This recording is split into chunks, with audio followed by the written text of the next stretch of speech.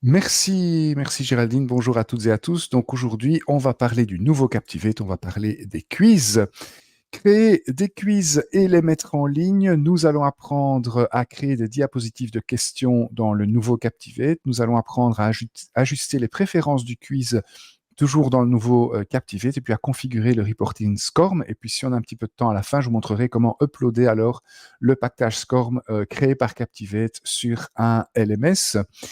Et donc voilà qui est fait pour l'introduction. Je vais directement passer au niveau de mon partage d'écran. Eh bien, cet écran, c'est l'écran d'accueil du nouveau Adobe Captivate. Donc à partir de maintenant, bien sûr, nos webinaires se concentrent exclusivement sur le nouveau Captivate. Donc juste pour remettre les choses en perspective, donc ce nouveau Captivate est disponible en parallèle de l'ancien. Donc si vous avez accès à Captivate 2019, vous avez automatiquement accès également à Captivate 2023, au nouveau Captivate. Et vous avez donc accès aux deux. Alors pourquoi vous avez accès aux deux? Tout simplement parce que le nouveau Captivate ne contient pas encore toutes les fonctionnalités disponibles dans l'ancien Captivate. En fait, dans le nouveau Captivate, pour le moment, on a accès aux projets responsive et aux simulations logicielles. Les autres types de projets, donc les projets non responsive, les projets en réalité virtuelle, les importations de PowerPoint vers Captivate, ben, tout ça n'est pas encore disponible dans le nouveau. Ça viendra petit à petit au fur et à mesure des mises à jour qui vont se succéder normalement tous les 3 à 4 mois. La première a été publiée la semaine dernière. Et donc, petit à petit, on va voir de plus en plus de fonctionnalités arriver dans le nouveau Captivate. Mais pour le moment, l'ancien reste toujours d'application. Et c'est pour ça que Adobe continue de supporter les deux en parallèle l'un de l'autre. Mais donc aujourd'hui, c'est bien dans le nouveau qu'on va travailler. Et donc sur cet écran d'accueil, ben, on peut faire un nouveau projet ou une nouvelle simulation. En ce qui me concerne, donc je vais faire un nouveau projet. Donc je clique sur l'icône nouveau projet et j'obtiens alors ici un projet vide dans le nouveau Captivate. Alors la première chose que je vais faire, c'est de créer une diapositive pour débuter, une diapositive d'introduction pour ce projet. Pour cela, je vais cliquer sur le bouton plus qui se trouve ici. Ce bouton me permet de créer une nouvelle diapositive. Donc, il y a différents types de diapositives qui sont disponibles ici. Je vais commencer par une diapositive d'introduction. Donc, quand je clique ici sur cette option, eh bien, je rajoute une nouvelle diapositive dans mon projet, mais une diapositive qui n'est pas vide, elle contient déjà une série d'éléments. Alors, que contient-elle cette diapositive? Eh bien, elle contient une image ainsi qu'ici le nom du cours et le nom de l'auteur.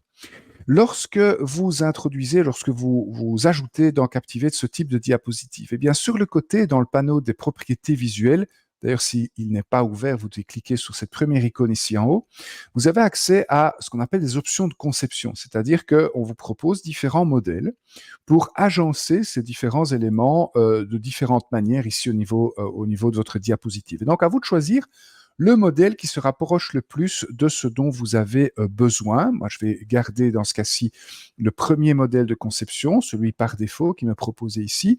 Et ensuite, eh bien, je vais personnaliser le contenu de cette diapositive. Donc, je commence par l'image. Alors, je ne sais pas si ça passe bien au niveau d'Adobe Connect, mais on a ici au milieu de cette image une toute petite icône. Je ne sais pas si vous la voyez. Je vais cliquer sur cette icône. Cette icône me permet de remplacer l'image par défaut qui vient avec cette option de conception. Et donc ici, Adobe Captivate me demande, voulez-vous une image qui se trouve dans la bibliothèque des actifs de Captivate ou une image qui se trouve sur votre système? Si je vais voir dans la bibliothèque des actifs, eh bien, Captivate est livré avec une série d'images qui sont disponibles ici. Ben, vous pouvez choisir l'image dont vous avez besoin et puis cliquer alors sur un petit bouton qui apparaîtrait dans le fond pour remplacer l'image par défaut par celle sélectionnée ici. Dans mon cas, je vais aller rechercher une image qui se trouve sur mon système. Donc, je vais cliquer ici sur la deuxième icône et je peux alors sélectionner une image qui se trouve sur mon ordinateur. Alors, j'ai été les rechercher ces images. C'est celle-ci dont j'ai besoin. Vous voyez, c'est une image JPEG qui se trouve au niveau de mon ordinateur. Et donc, voilà, cette image apparaît ici sur cette diapositive. Alors, quand je sélectionne maintenant cette image, eh bien, j'obtiens dans le panneau de côté les propriétés de mon image. Donc, regardez, si je clique sur le fond là autour de la diapositive, j'obtiens les propriétés de ma diapositive et je peux alors changer notamment ici l'option de conception. Si je clique sur l'image en tant que telle, j'obtiens les propriétés de cette image. Et dans la partie supérieure du panneau des propriétés, vous avez ici la source de l'image. Vous pouvez donc toujours remplacer cette image si jamais c'est pas la bonne. Vous pouvez également cliquer sur le petit crayon qui se trouve ici, et ça c'est très intéressant, c'est une nouveauté dans Captivate. Ça vous permet de choisir la portion de l'image que vous voulez voir sur votre slide. Donc ici, vous voyez que le rapport de forme de l'image n'est pas le même. L'image originale est beaucoup plus allongée que ce qui est affiché sur la slide, sur la diapositive Captivate. Donc à moi ici de choisir la portion de l'image que j'ai envie que Captivate prenne en compte. Je clique sur enregistrer. Vous voyez du coup que Captivate rogne l'image de manière un peu différente. Maintenant, je vais modifier donc ici la partie inférieure de cette image, donc de cette diapositive. Donc je clique sur cette partie inférieure.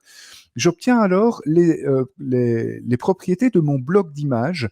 Donc mon bloc d'image qui est composé de plusieurs composants. Il y a l'image en tant que telle, il y a la légende qui est ici, le nom du cours, et puis il y a le sous-titre, le nom de l'auteur. Donc vous voyez que je peux ici activer ou désactiver une série de composants. Par exemple, je peux rajouter ici un bouton et désactiver le sous-titre. C'est de ça dont je vais avoir besoin ici. Donc vous voyez que tout ça est déjà prévu. Il y a une série de variantes possibles à propos de ces options de conception.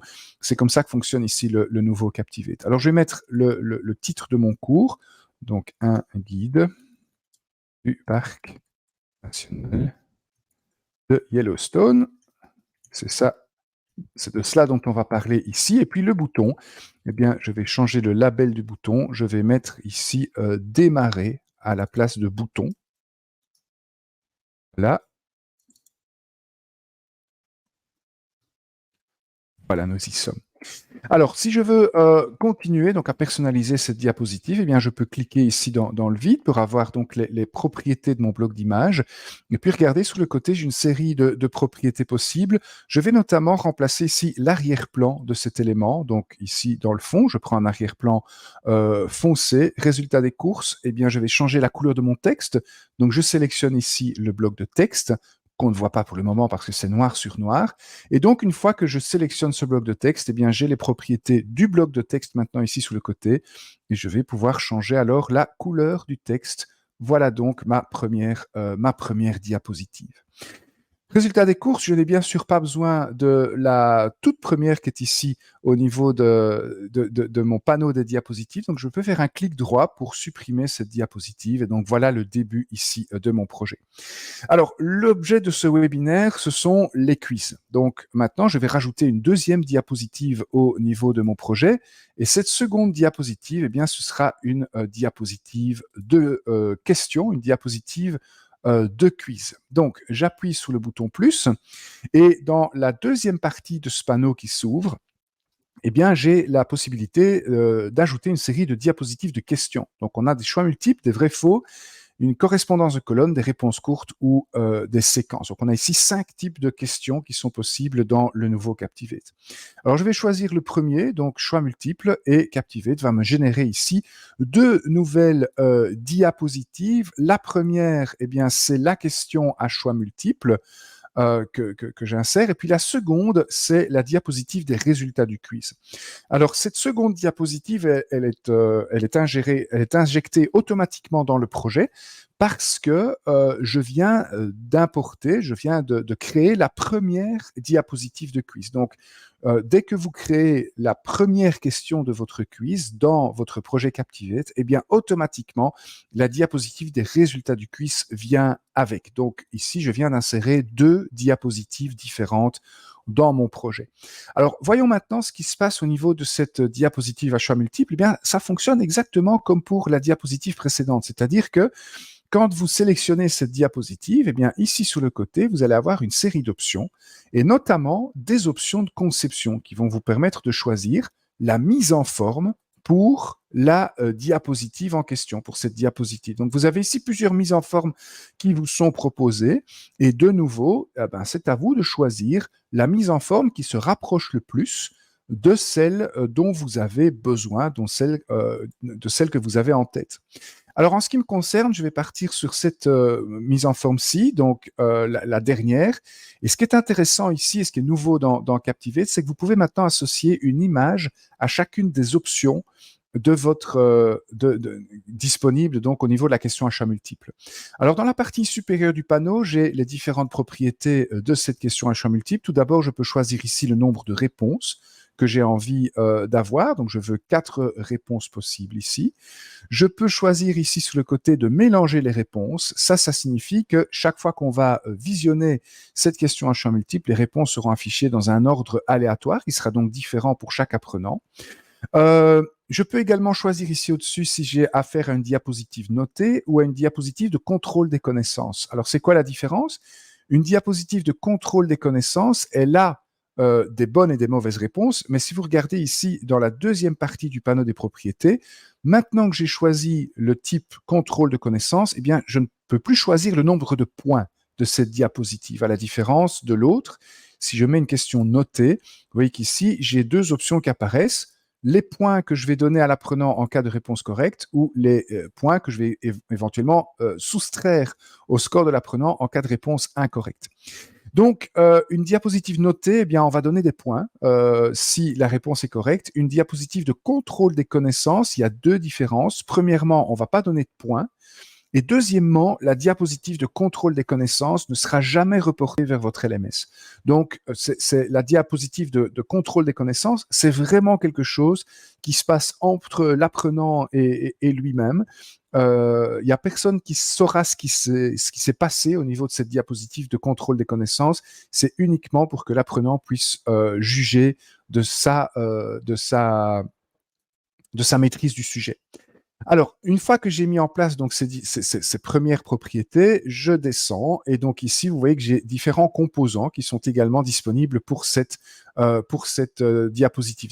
J'ai d'abord une carte. Vous voyez que la carte, c'est le fond que je peux activer ou désactiver au niveau de la zone des réponses. Je vais activer ici cette carte. Vous voyez également que j'ai le bouton ignorer, le bouton effacer ou le bouton de retour que je peux activer à ce niveau-ci. Alors moi, je vais simplement ajouter le niveau effacer, mais je ne vais pas ajouter le bouton ignorer ou le bouton de retour. Je n'ai pas besoin de ces deux-là. Remarquez également qu'on a 2 modes, le mode questionnaire et le mode de révision. Donc le mode questionnaire, c'est ce que l'apprenant verra lorsqu'il tentera de répondre à la question du quiz. Et donc ici, je peux activer ou désactiver ces différents composants. Je peux également, bien sûr, ajouter le texte. Donc, par exemple, ici, je vais venir copier-coller la question ici. Voilà, lequel de ces mammifères de Yellowstone est le plus grand animal d'Amérique du Nord? Et puis, j'ai les différentes réponses possibles que je viens tout simplement copier-coller ici. Donc, tout d'abord, j'ai l'ours noir. Ici, ce sera le loup. Voilà. Ensuite, j'aurai l'élan. C'est la 3e réponse possible. Et puis, la petite dernière, ce sera ici le bison américain. Donc, ça, c'est facile. C'est simplement venir ajouter du contenu. Pour ce qui est donc des différentes images, alors remarquez tout d'abord que quand je sélectionne ce composant-ci, c'est-à-dire la question, j'ai les propriétés de ce composant qui apparaissent sur le côté. Je peux par exemple ici changer la couleur des caractères, je pourrais également changer la police, la taille, etc. Si je sélectionne l'une des réponses, eh bien, j'ai à ce moment-là les propriétés des réponses qui apparaissent ici sur le côté. Et de nouveau, ici, vous avez une série d'options de conception qui sont disponibles. Vous pouvez également changer la taille de ces éléments. Vous pouvez choisir petit, médium ou large. Je vais prendre ici cette dernière option. Et puis, vous avez une série de propriétés pour la forme, pour le texte et pour l'image. Donc ici, au niveau de la forme, eh ben, je vais pouvoir, par exemple, changer le remplissage. Par exemple, ici au-dessus, il s'agit du remplissage que vous avez dans la petite case à cocher. Je peux changer, par exemple, la couleur de la bordure de cette petite case à cocher. Donc, tout ça, ce sont des options qui n'existaient pas dans l'ancien Captivate et qui sont maintenant, vous voyez, très facilement accessibles ici dans l'inspecteur des propriétés visuelles. Au niveau du texte, eh bien, ici, on va définir les propriétés du texte des différentes réponses possibles. Donc, je vais par exemple choisir ici une couleur. Voilà, et vous voyez que cette couleur s'applique aux 4 options, malgré le fait que seulement la première soit sélectionnée. Donc ici, vous n'avez pas besoin de modifier l'apparence de toutes les différentes réponses de manière indépendante. Une fois que vous modifiez les propriétés de l'une de ces options, eh bien, la totalité des options va suivre. Maintenant, au niveau de... Alors oui, autre chose d'intéressant, vous avez ici un petit bouton qui vous permet d'activer ou de désactiver ce texte, parce que parfois, vous aurez simplement besoin d'une image, vous n'avez pas forcément besoin d'un texte. Donc ça, c'est également nouveau ici dans cette version de Captivate. Si vous n'avez pas besoin de texte, mais seulement d'une image, ben, vous pouvez tout simplement désactiver ce texte. Dans mon cas, je vais le réactiver. Même chose pour l'image. Regardez, vous pouvez désactiver cette image. À ce moment-là, ben, vous avez les 4 options qui s'affichent ici. Mais moi, j'ai envie d'afficher cette image, j'ai envie d'associer une image à ce texte. Et donc, je vais pouvoir maintenant sélectionner cette première image, venir cliquer ici au niveau de source de l'image sur ce petit dossier et aller chercher des images, soit dans ma bibliothèque des actifs, donc qui est livrée avec Captivate, soit sur mon système. Et donc, dans mon cas, je vais rechercher ça sur mon système. Donc, j'ai ici l'ours noir.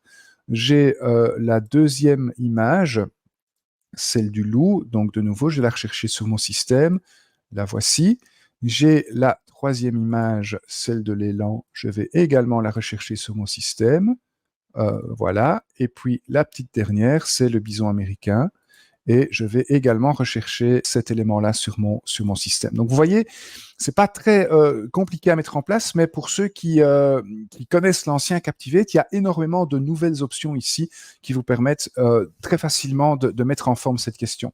Alors, autre mise en forme. Vous voyez qu'ici, j'ai sélectionné les différentes réponses. Donc, je peux mettre en forme les différentes réponses ici dans le panneau des propriétés. Maintenant, si je clique sur l'arrière-plan, donc le sombre, la zone sombre qui se trouve ici autour de ma diapositive, eh bien là, je sélectionne la diapositive en tant que telle et je peux alors modifier l'apparence de la diapositive. Par exemple, au niveau de l'apparence générale de la diapositive, eh bien, j'aurais envie d'une image de fond.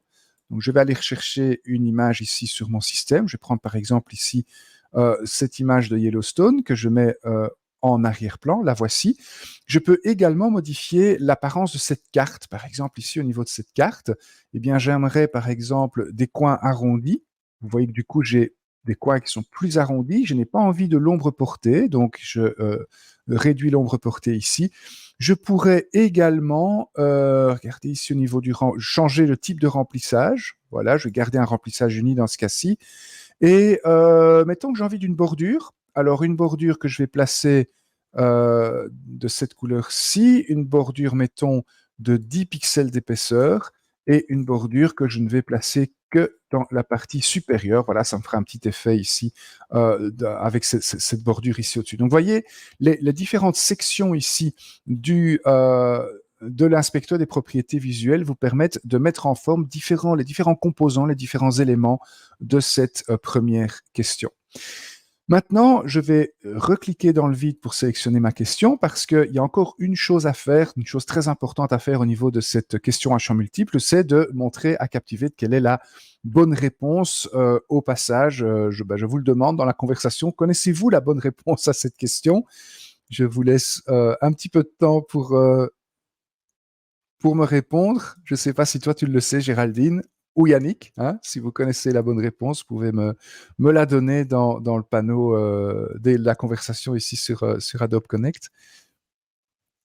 Voilà, je vois plus. Le bison, oui, voilà, c'est effectivement le bison. Donc, comment va-t-on indiquer la bonne réponse à Captivate? Eh bien, regardez ici sur le côté, quand la question est sélectionnée, c'est-à-dire quand j'ai sélectionné l'ensemble de la diapositive, eh bien, ici, dans le panneau des propriétés visuelles, j'ai donc les propriétés de ma diapositive et j'ai la possibilité ici de sélectionner la bonne réponse. Donc, je clique sur sélectionner une réponse, voilà. La réponse, c'est le bison américain, et puis je clique sur terminer. Et donc, c'est comme ça que j'indique la bonne réponse à Captivate. Donc, voilà ici pour la question à choix multiples. Alors, n'hésitez pas, si vous avez des questions, n'hésitez pas à m'interpeller via la conversation. Et Géraldine, si toi, tu as une question, n'hésite pas non plus à m'interpeller, soit par la conversation, soit par le micro de vive voix. Alors, Très bien. deuxième type de question. Oui? Oui, oui, très bien. Ah, voilà. Bonjour Géraldine. Deuxième type de question, donc je clique de nouveau sur le bouton plus ici. Nous avons la question vrai-faux. Alors vous allez voir que c'est assez similaire à ce qu'on avait pour la question à choix multiple parce que finalement, la question vrai-faux, eh bien, ce n'est jamais qu'une question à choix multiple, mais avec deux choix.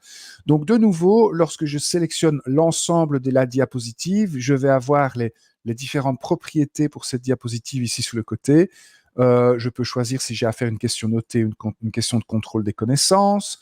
Le nombre d'essais, on n'en a pas parlé précédemment, donc ici un essai unique. Je peux également donner 2 essais, 3 essais, 4 essais à mon apprenant avant qu'il ne donne la bonne réponse, et puis le nombre de points en cas de bonne réponse ou la pénalité en cas de réponse incorrecte. Remarquez que je peux également mettre une limite de temps qui est de 60 secondes par défaut, mais dans mon cas, je ne vais pas activer ceci.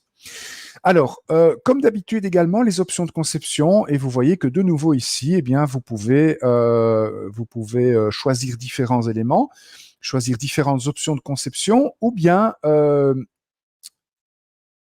voilà ici, donc, et vous allez prendre celle qui vous rapproche le plus de ce que vous avez en tête pour cette question.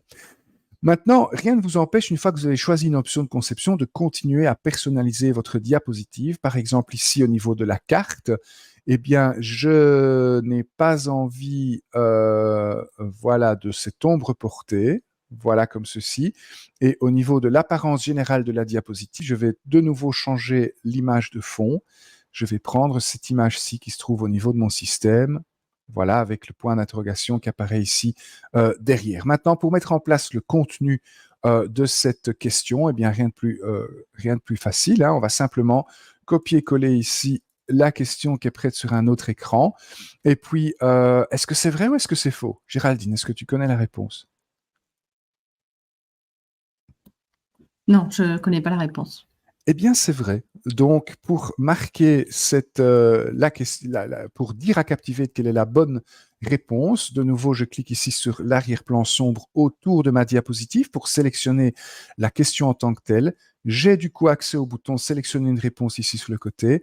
Et puis, je vais tout simplement sélectionner la bonne réponse et cliquer sur terminer. Et c'est comme ça que j'indique à Captivate la bonne réponse. Alors, il y a un truc dont on n'a pas encore parlé, c'est le feedback. Donc, que se passe-t-il lorsque l'apprenant va cliquer sur le bouton envoyer? Donc, si la réponse donnée est correcte ou incorrecte. Eh bien, c'est là qu'interviennent en fait les légendes que nous avons ici. C'est un composant de cette question. Vous voyez que c'est le seul composant ici que je ne peux pas désélectionner, donc je suis en fait obligé de garder cette légende. Donc, je vais afficher ces différentes légendes. Et donc, vous avez cette légende qui apparaît au-dessus. Alors, vous pouvez mettre la légende soit au-dessus, soit au milieu, soit en dessous. À vous de choisir. Vous avez trois positions disponibles ici. Mettons que je vais mettre ceci au milieu. Vous pouvez bien évidemment double-cliquer pour changer le texte. Par exemple, plutôt que de mettre réponse correcte, je vais mettre ici bravo, par exemple. Voilà. Et je peux bien sûr modifier les différentes propriétés. Par exemple, ici, je vais mettre un vert un peu plus clair pour ce message.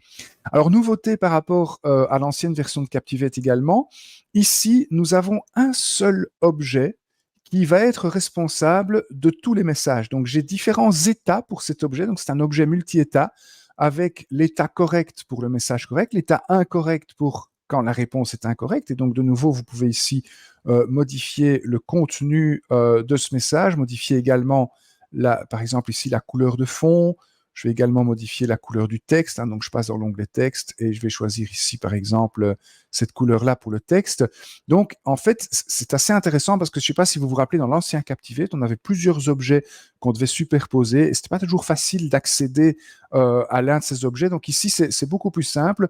Vous avez un seul objet et les différents états de cet objet qui vont vous permettre de personnaliser, d'afficher les différents messages à l'écran. Je peux faire exactement la même chose sur ma question à choix multiple, évidemment. Donc, j'ai également ici un composant légende que je peux afficher.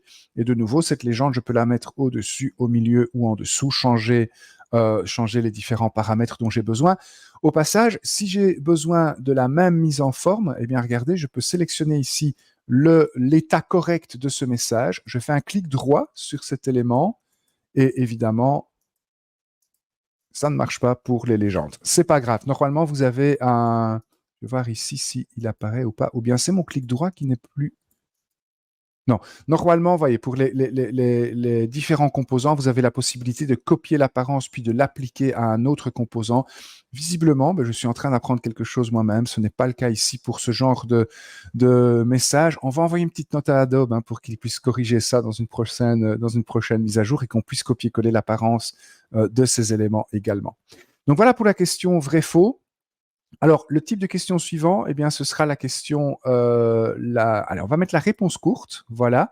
Donc, de nouveau, c'est toujours le même principe. Vous avez ici la réponse courte qui apparaît. Dans le panneau des propriétés sous le côté, vous avez les propriétés générales de cette question.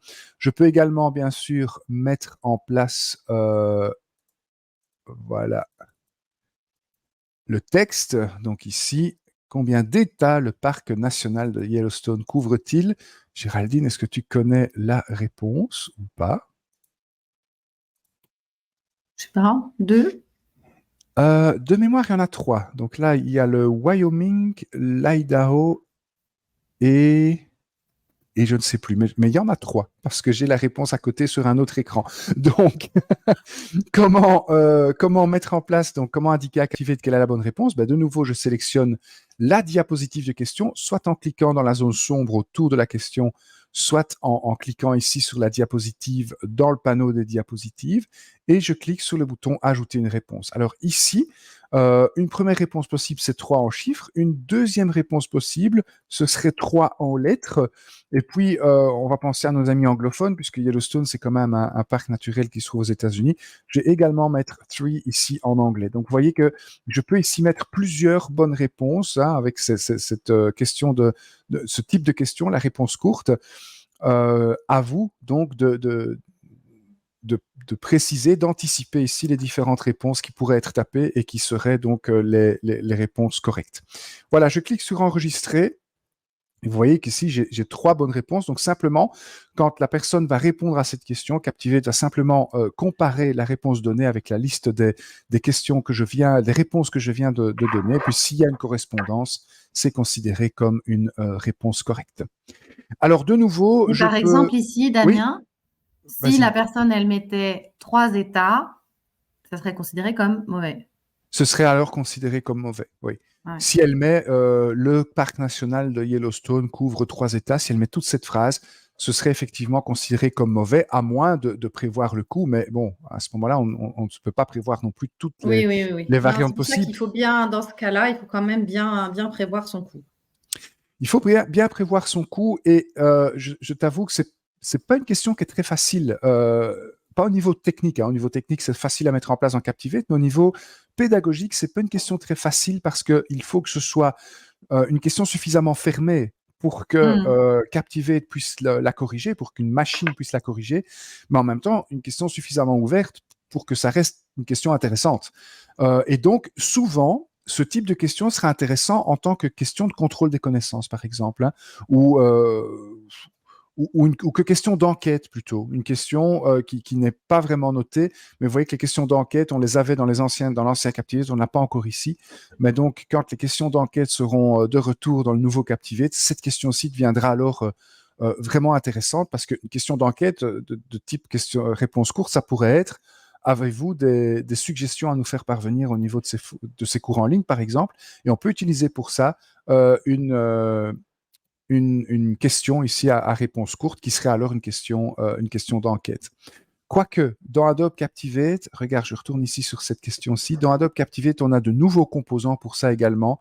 Vous avez la possibilité d'utiliser un champ de saisie ou des groupes de boutons radio. On fera un webinaire sur ces composants une autre fois, mais vous avez ici de nouveaux composants interactifs qui vous permettent d'avoir accès, enfin de demander à vos apprenants ce type d'informations. Mais revenons donc à notre question ici de type réponse courte. Pour ce qui est de sa mise en forme, c'est comme d'habitude, vous avez différentes options de conception qui vous sont proposées. Vous choisissez celle qui se rapproche le plus de ce que vous avez en tête, et puis vous continuez à parachever l'apparence de ces différents éléments ici. Par exemple, j'aimerais avoir ici une image de fond. Je vais la chercher sur mon système, je vais garder cette même image qui se trouve ici. Voilà. Je peux également mettre en forme les différentes légendes de feedback. Par exemple, j'ai envie de l'avoir au milieu. J'ai envie de changer la couleur ici. Voilà. J'ai envie de changer également la couleur incorrecte. Je vais reprendre ici une couleur, un rouge un peu plus clair. Voilà. Donc, toute une série d'éléments que vous pouvez modifier ici. Alors, on a une question. Est-ce qu'on sait le nombre de caractères disponibles pour une réponse courte? Non, je ne pense pas qu'il y ait de limite. En tout cas, s'il y en a une, moi, je ne l'ai jamais atteinte. Donc, si limite il y a, elle est très élevée et normalement, vous ne devriez pas, vous ne devriez pas rencontrer cette limite. Voilà. Alors, autre petite chose dont je ne vous ai pas encore parlé. Regardez, je sélectionne ici ma question, pardon. Dans la section composants du panneau des propriétés visuelles, on a parlé du mode questionnaire. Donc, le mode questionnaire, ça vous permet de mettre en place ces différents éléments et donc de voir l'apparence de la question lorsque l'apprenant va répondre à cette question. Vous avez également le mode de révision. Donc, le mode de révision, eh bien, c'est l'apparence de cette diapositive lorsque l'apprenant va revoir le quiz. Donc, vous allez voir tout à l'heure, quand on va arriver à la fin du quiz, l'apprenant aura la possibilité de repasser sur le quiz afin de voir les différentes bonnes et mauvaises réponses qu'il a données. Eh bien, si vous autorisez ce type de révision, vous passez alors dans le mode de révision et vous avez la possibilité par exemple, si j'ai pas envie d'avoir un bouton retour dans le mode de révision, je peux alors désactiver ici cet élément. Je vais le faire sur chacune des diapositives. Voilà. Et voilà, vous voyez que tout ça est disponible dans toutes les diapositives. Maintenant, je me place sur la diapositive à réponse courte et nous allons examiner le prochain type de questions disponibles. Donc, on va parler ici des correspondances de colonnes. Alors, comme d'habitude, eh bien, vous avez la possibilité de choisir différentes options de conception. Par exemple, je vais choisir celle-ci. Comme ça, j'ai une image de fond, j'ai une carte. Je vais pouvoir modifier l'apparence, par exemple, changer mon image de fond. Voilà, je vais de nouveau prendre cette même image ici du parc national de Yellowstone. Ce sera un petit peu plus joli comme ceci. Et puis, choisir ici au-dessus, eh bien, le nombre d'options que vous avez dans la colonne 1. Donc, moi, je vais prendre ici 4 options. Voilà. La numérotation, vous pouvez changer la numérotation si vous le désirez. Voilà, ajouter ici un 1, 2, 3, 4. Le nombre d'essais, le nombre de points en cas de bonne réponse, la pénalité en cas de réponse incorrecte, etc. Pour ce qui est maintenant du contenu de la question, voilà, je vais copier-coller ici la question. La voici. Et puis, je vais taper les différentes possibilités. Donc, le Old Faithful. Je ne sais pas si tu as déjà été voir Yellowstone. Géraldine, le Old Faithful, c'est un des geysers qu'on a au parc national de Yellowstone. Je suis jamais Voilà. allée aux États-Unis. Ah, eh bien, le jour où tu vas aux États-Unis, il faut absolument aller voir le parc de Yellowstone. C'est absolument superbe. Voilà, c'est une zone volcanique avec pas mal de geysers. Donc, il y en a 4 qui sont ici. Alors, maintenant, comment va-t-on montrer à Captivate la bonne réponse? Eh bien, de nouveau, comme d'habitude, je sélectionne la diapositive. Donc, pour ça, je clique soit sur la zone sombre ici autour, ou bien je clique sur la diapositive ici sur le côté. Et je clique tout simplement sur Ajouter une réponse. Alors, ici, je vais pouvoir donc ajouter différentes réponses. Alors, je vais aller les copier-coller depuis mon autre écran. Donc, voilà une première réponse. Donc, il doit son nom à ses éruptions fréquentes et quelque peu prévisibles, etc., etc. Deuxième texte, eh bien, je vais également le copier-coller. Donc, j'ai une deuxième réponse ici. Donc, il doit son nom à sa remarquable ressemblance avec la fleur qui porte son nom. Cependant, cette belle piscine est victime de vandalisme. Voilà. Ensuite, eh bien, la troisième réponse se trouve ici. Et je vais également ajouter ici une quatrième réponse. Voilà. Alors, vous voyez que par défaut, Captivate me propose ici 4 réponses parce que j'ai 4 éléments au niveau de la diapositive. Mais j'ai quand même la possibilité d'ajouter des options de réponse supplémentaires. Donc, vous n'êtes pas obligé d'avoir le même nombre d'éléments sur la question et de réponses. Hein. Vous pouvez changer tout cela. Je clique alors sur le bouton suivant et puis maintenant, je vais associer la bonne réponse à chaque ligne. Donc, la ligne 1, Old Faithful, eh bien, ça correspond à cette première option ici. La ligne 2, Morning Glory, ce sera la deuxième option. La ligne 3, ce sera la troisième option. Et puis la ligne 4, ici, ce sera la quatrième option, parce que dans mon cas, je les avais tapés dans le bon ordre. Je clique sur enregistrer, donc voilà comment je peux ici marquer la bonne réponse au niveau de ce type de question. Le reste, c'est la même chose que d'habitude. Vous avez la possibilité, vous voyez ici, d'ajouter des boutons, d'afficher le feedback, au-dessus, en dessous, au milieu, de changer ses propriétés, de vérifier ce qui se passe au niveau du mode de révision. Voilà, par exemple, ici, je vais mettre le texte en dessous pour qu'on puisse voir ce qu'il y a sur la diapositive. Je peux changer la carte, par exemple, mettre ici des coins un petit peu plus arrondis. Voilà, comme ça, j'ai 30 pixels d'arrondi au niveau du coin. Voilà, donc toute une série de fonctionnalités, toute une série de propriétés que vous pouvez appliquer aux différents composants de cette question. Alors, dernier type de question que nous avons ici, c'est la question de type séquence. Voilà. Alors, ça va de nouveau être comme d'habitude. Donc, vous allez changer ici le contenu de cette question. Vous pouvez, en sélectionnant la question, donc choisir le nombre d'options de réponse. Donc ici, je vais avoir 4 options de réponse. La méthode de réponse, une liste déroulante ou glisser-déposer. Je vais garder le glisser-déposer. Vous allez voir dans quelques instants à quoi ça correspond. Le nombre de points en cas de réponse correcte, le nombre d'essais que j'autorise, la pénalité en cas de réponse incorrecte, etc., etc. Différentes options de conception. Ça concerne la mise en forme de ma question. Voilà, par exemple, je vais prendre cette option de conception-ci. Je vais modifier l'image de fond pour de nouveau avoir une image qui correspond au parc de Yellowstone. Je vais prendre par exemple le geyser qui se trouve ici. Voilà. Et je vais taper les différentes options de ma séquence. Donc, se préparer pour Yellowstone, classer les éléments par ordre alphabétique. Donc, choisir la bonne saison pour y aller. Ah, ensuite, réserver son appel. Ah, préparer son sac à dos. Et puis enfin, se rendre à Yellowstone. Voilà. Et donc, la bonne réponse ici, eh bien, c'est tout simplement de classer ces éléments dans l'ordre. Donc, Captivate va nous proposer ces différents éléments dans un ordre aléatoire et ce sera à nous de les remettre dans l'ordre. Le reste, eh bien, c'est comme d'habitude, mon petit bouton, les différentes options ici. Voilà. Donc, on a un exemplaire de chaque type de diapositive de questions. Alors, pour peaufiner tout cela, je vais maintenant décider ce qui se passe quand je clique sur ce bouton démarrer. Parce que si je teste mon projet maintenant, je vais rester bloqué ici sur cette première diapositive. Donc, je sélectionne le bouton démarrer. Et pour le moment, dans ce webinaire, on a travaillé uniquement dans le panneau des propriétés visuelles, qui est la première icône qui se trouve ici au-dessus. Celle juste en dessous, c'est l'icône des interactions. Et donc, c'est grâce à ce panneau des interactions que l'on va pouvoir définir les différentes interactions. Donc, quand je clique sur ce bouton démarrer, eh bien, j'ai tout simplement envie d'aller à la diapositive suivante. Et regardez ici, dans le nouveau Captivate, je peux ajouter une transition vers la diapositive suivante si j'ai envie. Donc, je vais par exemple ici prendre la transition glisser vers la gauche. Et puis, je clique sur terminer ici dans le fond. Et donc, voilà l'action qui sera mise en place lorsque je vais cliquer sur ce bouton démarrer. Au niveau de mes différentes questions, eh bien, c'est exactement la même chose. Regardez, quand je suis sur le panneau des propriétés visuelles, je peux changer les différentes propriétés, principalement de mise en forme des différents composants.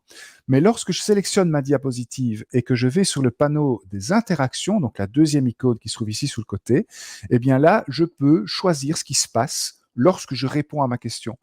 Remarquez que j'ai 2 onglets, donc quelle est l'action à entreprendre lorsqu'on répond correctement à la question? Vous voyez que par défaut, on va tout simplement à la diapositive suivante. Et quelle est l'action à entreprendre après le dernier essai infructueux, c'est-à-dire lorsque l'on répond incorrectement à cette question. Et donc ici, par défaut, je vais également à la diapositive suivante. Mais donc, vous pourriez très bien choisir des actions différentes en fonction de la réponse donnée, ce qu'on appelle du branching, donc envoyer les les apprenants dans différentes branches de votre projet en fonction de leurs réponses. Alors, maintenant que tout ça est bien mis en place, eh bien, je vais sur la première diapositive et je clique sur Aperçu pour lancer donc l'aperçu de ce projet dans le navigateur. Donc, voilà le projet ici, je clique sur le bouton Play. Remarquez que par défaut, nous avons une barre de contrôle ici que Captivate va afficher. Je vais vous montrer dans quelques instants comment on peut faire disparaître cet élément. Donc, je clique sur Démarrer, j'arrive sur ma première question avec, vous l'avez vu, mon effet de glissement. Donc, lequel de ces mammifères est le plus grand animal d'Amérique du Nord? C'est le bison américain. Je clique sur Envoyer et voilà mon feedback qui apparaît ici. Donc, je clique et j'arrive alors sur la deuxième réponse. Donc ici, c'est vrai, envoyer. Voilà la troisième. Donc, j'ai 3 États sur lesquels le parc de Yellowstone se trouve. Donc, envoyer. Voilà. Et puis ici, la question d'association. Donc, j'ai les différents éléments qui sont ici. Voilà, je peux sélectionner tout cela. Et je suis en train de planter parce qu'en fait, Captivate a affiché ces différents éléments dans un ordre aléatoire. Donc, Old Faithful, c'est lui. Morning Glory, c'est lui. Le grand prismatique, c'est... Je crois que c'est lui.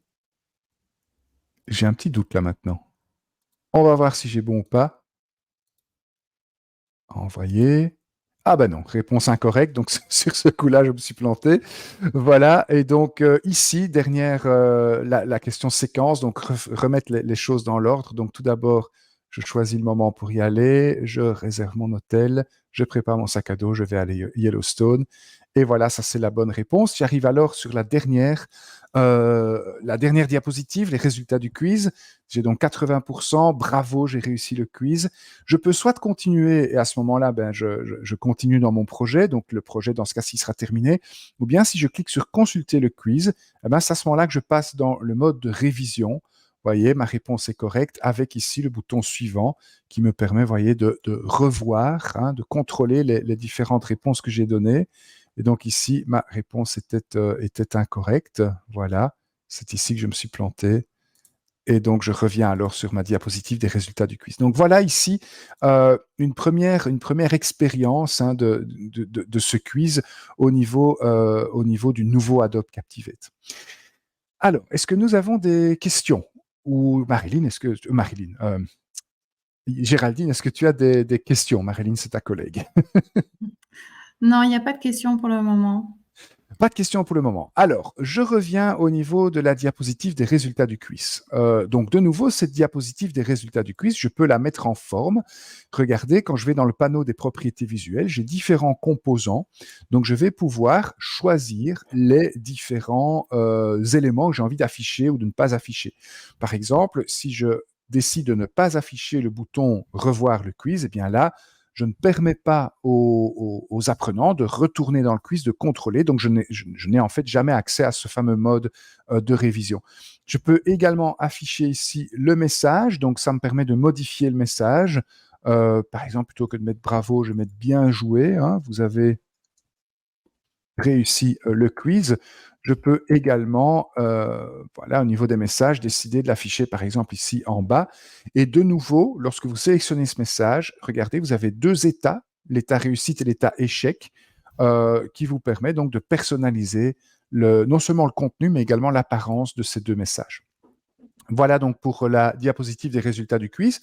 Bien sûr, vous pouvez aussi, comme d'habitude, changer son apparence. Par exemple, ici, je vais mettre de nouveau ma fameuse image en image de fond. Ce sera plus joli comme ça. Voilà.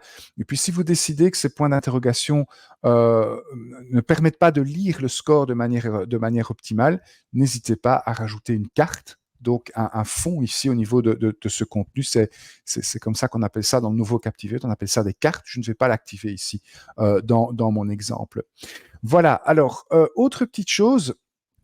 Dans le menu modifier d'Adobe Captivate, en tout cas sur Windows, si vous travaillez sur Mac, ce sera dans le menu Adobe Captivate, vous avez ici accès aux préférences. Donc, quand je vais voir dans les préférences de Captivate, eh bien, nous avons différents types de préférences qui sont disponibles et nous avons une catégorie de préférences qui est consacrée au quiz. Donc ici, vous avez les préférences générales de votre quiz. Vous pouvez lui donner un nom. Vous pouvez également choisir si le quiz est facultatif, obligatoire, si la réussite est obligatoire. Par exemple, voilà, l'utilisateur doit répondre aux questions du quiz avant que le projet soit considéré comme terminé. Est-ce que vous voulez afficher ou pas le score à la fin du quiz? Si vous désactivez cette option, la diapositive des résultats du quiz ne sera pas affichée aux apprenants. Voilà. Vous pouvez également permettre aux apprenants de revoir le quiz. Moi, je l'ai désactivé, cette option-là. Donc, désactiver cette option-là, ça retire le bouton « Revoir le quiz » de la diapositive des résultats du quiz. Si vous affichez ce bouton, eh bien, vous pouvez alors choisir d'afficher les réponses correctes et d'inclure ou pas les boutons de navigation du mode de révision, donc les boutons suivants et précédents que l'on trouve dans le mode de révision. Et vous pouvez modifier les différents messages qui sont envoyés à l'écran dans ce mode de révision. Donc, le mode de révision, c'est quand on a déjà répondu à toutes les questions et qu'on est en train de repasser une deuxième fois sur le quiz pour voir les réponses qu'on a bien ou pas bien répondues. Inclure les options mélanger les réponses. Donc là, ça veut dire que je veux par défaut mélanger les réponses, donc afficher les différentes réponses dans un ordre aléatoire pour tous les types de questions qui supportent cette option. Je peux également inclure les différents boutons de manière systématique sur chaque diapositive. Par exemple, je voudrais un bouton effacer ou ignorer sur chaque diapositive. Donc, si je coche ceci, je vais afficher le bouton effacer sur chaque diapositive de mon quiz. Voilà. Je peux également afficher la progression. Ça, vous l'avez vu, c'était marqué question 1 de 5, 2 de 5, 3 de 5. Si vous ne voulez pas afficher cet élément, vous pouvez ici désactiver afficher la progression. Donc voilà ici différentes options au niveau de ce quiz. Alors une option importante qui ne se trouve pas ici, c'est le score qu'il faut atteindre pour réussir le quiz. Donc je vais cliquer dans l'ancien Captivate, ça se trouvait ici. Ici, donc ça a changé de place, donc je vais cliquer ici sur le bouton OK et me rendre sur la diapositive des résultats du quiz. En fait, c'est ici, regardez, j'ai l'inspecteur des propriétés visuelles. J'ai également, sur la diapositive des résultats du quiz, la possibilité d'aller modifier les interactions. Et donc ici, c'est ici maintenant que je peux changer le pourcentage de réussite. Donc, par exemple, je vais dire, il faut obtenir 50% pour réussir le quiz. Voilà, je vais taper 50 ici. Et en cas de réussite, je vais à la diapositive suivante.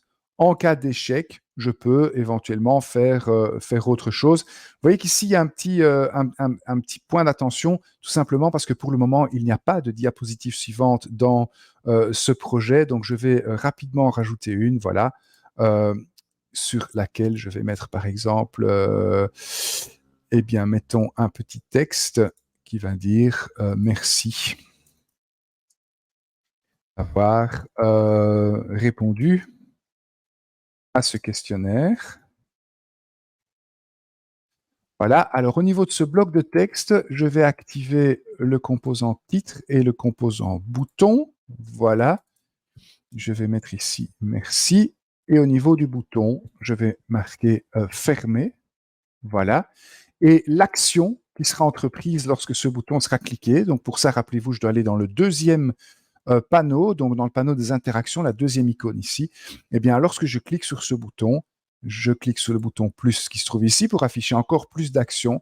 Eh bien, je voudrais quitter le cours, donc fermer le projet. Voilà. Et donc maintenant, si je reviens sur ma diapositive des résultats du quiz, vous voyez que je n'ai plus de petits points d'exclamation ici parce que j'ai maintenant une diapositive suivante sur laquelle aller en cas de réussite ou en cas d'échec. C'est également ici, donc dans le panneau des interactions de la diapositive des résultats du quiz, que vous allez éventuellement permettre plusieurs tentatives. Par exemple, si je mets 3 tentatives ici, je vais pouvoir alors afficher un bouton refaire le quiz qui permettra à l'apprenant de refaire une deuxième tentative. Donc voilà les différentes options du quiz. C'est globalement les mêmes options que dans l'ancien Captivate, même si elles ont changé de place. Alors maintenant que votre quiz est terminé, vous voulez le mettre en ligne et vous voulez surtout avoir des résultats au niveau de votre système de gestion donc, de l'apprentissage, votre LMS. Donc, dans le menu modifier, je retourne au niveau des préférences et la deuxième page des préférences du quiz me permet eh bien justement de configurer ce rapport SCORM. Donc, je vais ici activer la création des rapports pour mon quiz, pour mon projet. Vous pouvez choisir le standard que vous utilisez, SCORM 1.2, SCORM 2004, AICC ou XAPI. Donc ici, vous devrez vous renseigner et savoir quel est le standard qui est utilisé par votre LMS. Donc dans mon cas, je vais utiliser SCORM 1.2.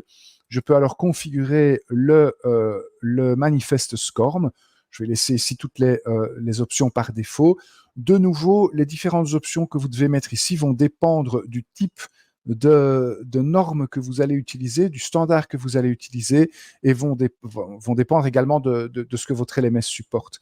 Représentation de l'état, eh bien incomplet ou réussite-échec, ça veut dire qu'au départ, le module sera marqué comme incomplet pour chaque apprenant du cours. Et puis, au fur et à mesure que les différents apprenants vont tenter le quiz, eh bien, vous allez voir le rapport qui va, la représentation de l'état qui va changer. D'incomplet, ça va soit devenir réussite, soit devenir échec en fonction du résultat au quiz. Voilà donc différents critères ici, différents critères qui ne sont pas les mêmes en fonction du standard. Regardez, si je prends SCORM 2004, le formulaire n'est pas tout à fait le même que si je prends ici SCORM 1.2. Voilà, je vais simplement, donc critères de réussite ou d'achèvement. Voilà, je vais mettre le quiz et on a participé au quiz, on n'est pas obligé de le réussir. Données à signaler, données d'interaction, voilà. Donc ça, c'est correct. Et donc maintenant, je clique sur OK. Et la dernière étape, c'est de publier ce projet. Donc avant de le publier, je vais devoir le sauvegarder. Voilà, donc je vais le sauvegarder sur mon disque dur. Je vais le sauvegarder ici. Donc je vais appeler ça mon quiz. Voilà. Remarquez au passage que le nouveau Captivate utilise l'extension de fichier .cpt plutôt que .cptx comme l'ancien Captivate. Voilà.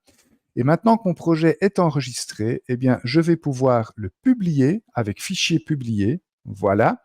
Et donc, je vais simplement choisir l'endroit sur mon ordinateur où je veux publier ce projet et puis cliquer sur le bouton publier. Voilà.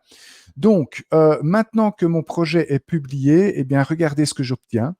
Donc, j'obtiens un fichier zip. Et ce fichier zip est en fait le package SCORM que je vais uploader sur mon LMS. Donc, pour vous montrer comment ça se passe, eh bien, je suis ici sur mon LMS, sur Moodle. J'ai créé un cours que j'appelle Quiz dans Captivate. Je suis le formateur pour ce cours, donc j'ai accès au mode d'édition. Et donc, je vais ici ajouter une activité ou une ressource. Je vais ajouter, dans mon cas, une activité. Il s'agira d'un package SCORM. Donc, je choisis ceci. Je lui donne un nom, Quiz Captivate. Et puis, c'est maintenant que ça va se passer. Je vais tout simplement prendre ici mon package SCORM, donc le fichier zip que Captivate a créé, et je vais le mettre sur ma plateforme. Alors, ce que je suis en train de vous montrer, c'est comme ça que ça marche avec Moodle. Si vous avez un autre LMS, il se peut que les différents écrans et les différents formulaires que vous devez compléter ne soient pas tout à fait les mêmes. Mais l'idée de base, en tout cas, elle est toujours la même. Un LMS qui est compatible avec la norme SCORM, il est censé pouvoir uploader ce fichier zip que Captivate a généré, et puis ouvrir ce fichier zip, trouver le manifeste SCORM et trouver son petit bonhomme de chemin dans tout cela. Je vais cliquer ici sur sauvegarder, voilà, et donc je viens de créer une première activité dans ce cours en ligne qui est donc mon quiz Captivate.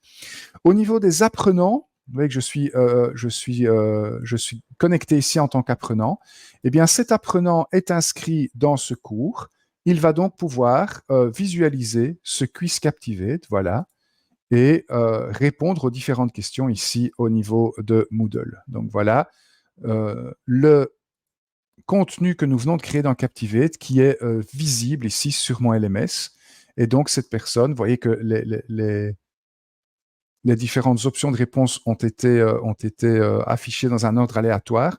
Cet apprenant va pouvoir répondre au quiz, voilà, répondre aux différentes questions. Et une fois qu'il arrivera à la fin, voilà, ici je vais répondre n'importe comment, peu importe. Voilà, j'envoie. C'est pas la bonne réponse, c'est pas très grave. J'envoie aussi, c'est pas la bonne réponse non plus, c'est pas très grave. Voilà, et j'arrive ici donc sur la diapositive des résultats. Vous voyez que j'ai 3 sur 5, 60%. Comme le passing score est à 50% pour le moment, ben, j'ai réussi mon quiz. Et ici, j'arrive sur la dernière diapositive qui me permet de fermer mon projet. Voilà, donc je vais cliquer ici sur Exit Activity. Voilà, donc cette personne a terminé, elle est arrivée au bout de ce quiz. De mon côté, en tant que formateur, eh bien, je vais pouvoir avoir accès au rapport. Donc, vous voyez qu'ici, j'ai mon student 1 qui a fait une tentative, il a eu 60%, et donc tout ça, en fait, c'est la norme SCORM qui a renvoyé les résultats du quiz vers mon LMS. Alors, de nouveau, ce que vous voyez ici, c'est la manière dont Moodle vous affiche ces différents résultats. En fonction de votre LMS, vous allez avoir différents rapports, différents tableaux qui vous seront proposés. À ce niveau-là, c'est pas Captivate le fautif. Captivate, il va simplement rassembler les informations, les envoyer vers votre LMS, mais c'est votre LMS qui va être chargé de vous afficher ces informations. Vous voyez qu'ici, je vais pouvoir avoir une série de détails sur le parcours de cet apprenant en particulier dans le quiz. Voilà, je vais en rester là. Il est déjà un petit peu plus que 16 heures, donc j'ai dépassé un petit peu.